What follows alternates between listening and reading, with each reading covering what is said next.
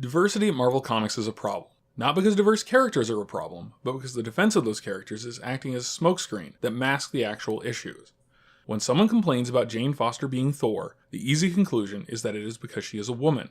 But I remember when Eric Masterson took over for Thor, a character which was demographically identical to the original Thunder God, and people complained about that too. When John Walker became Captain America, people complained. When Bucky Barnes took over, people complained. When Sam Wilson took over, people complained. But this time, because he's black, the fans must be racist. For that matter, Spider-Man was replaced by a clone of himself and people hated it, even if they liked Ben Reilly as the Scarlet Spider. They hated Azrael taking over as Batman, and were just waiting for the real Superman to return after his death. Heck, in that case, Steel was one of the replacements that people sort of liked. The best example of a mantle passing that I can think of, the passing of the title of The Flash from Barry Allen to Wally West, still had people upset about Wally taking over as The Flash.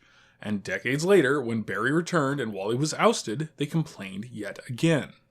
The thing you have to understand is that Peter Parker is Spider-Man, Matt Murdock is Daredevil, Steve Rogers is Captain America, Thor is Thor, Clark Kent is Superman, and Bruce Wayne is Batman. These are intrinsic links in the fanbase's mind, and to try and change those links means forcing the fans to complicate their language when discussing the characters.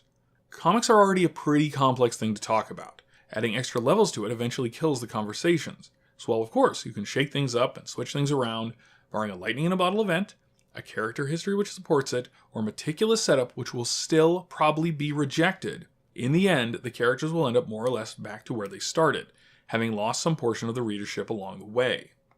Fans of comic books invest years and significant brain space to these characters. Over time, a parasocial relationship forms, and a lot of the fans come to think of these characters as friends. That friendship is the thing that pulls them back week after week, month after month, and keeps them spending their money to find out what their friends are up to now.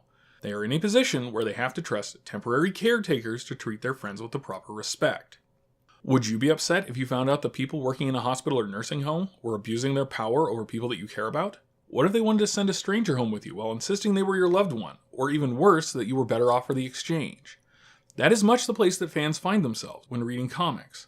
While they will accept bad things happening to the characters and minor changes in personality and circumstance from creative team to creative team, if you change them fundamentally, especially in a way that feels disrespectful, then people will get upset. If you change a bunch of characters in a short period of time, then the irritation is going to compound. I remember when the Heroes Reborn story happened, and there was a massive hue and cry because it changed the characters on a fundamental level, even if it didn't change who was who. Another thing that the reactive defense of diversity is potentially obscuring is that most characters cannot carry their own ongoing series, and even those that can may not be able to do so if they don't have the correct alchemy of writing, art, and zeitgeist.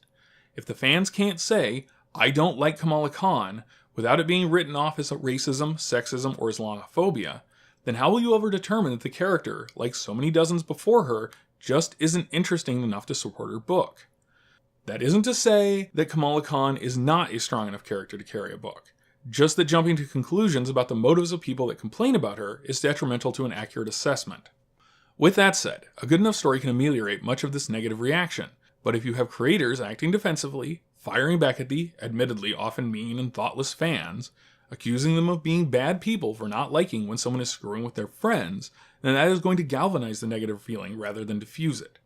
There is no way to control how fans are going to react when you create something and put it out for them to consume. There are too many of them to expect that they will all react in a reasoned and professional manner, but since they are fans and not professionals, this shouldn't be expected regardless. In the grand scheme of things, you can only control yourself, and as a professional, there is an expectation that you will behave in a manner which reflects well on your employer. That isn't to say that you have to agree with the fans, that you should give them what they say they want, or that you aren't allowed to have an opinion. All it means is that when the fans go low and attack you or your work, you behave in a civil manner.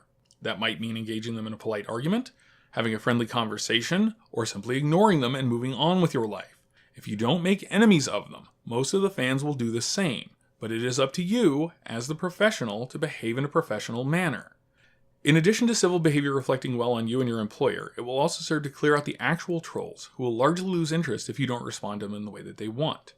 Real fans, defined here as people who read comics who are not posting with the express intent of getting a rise out of you, may say things that you don't like or in ways which you don't approve, but their reactions to the work are still valid and can still be used to help improve future efforts.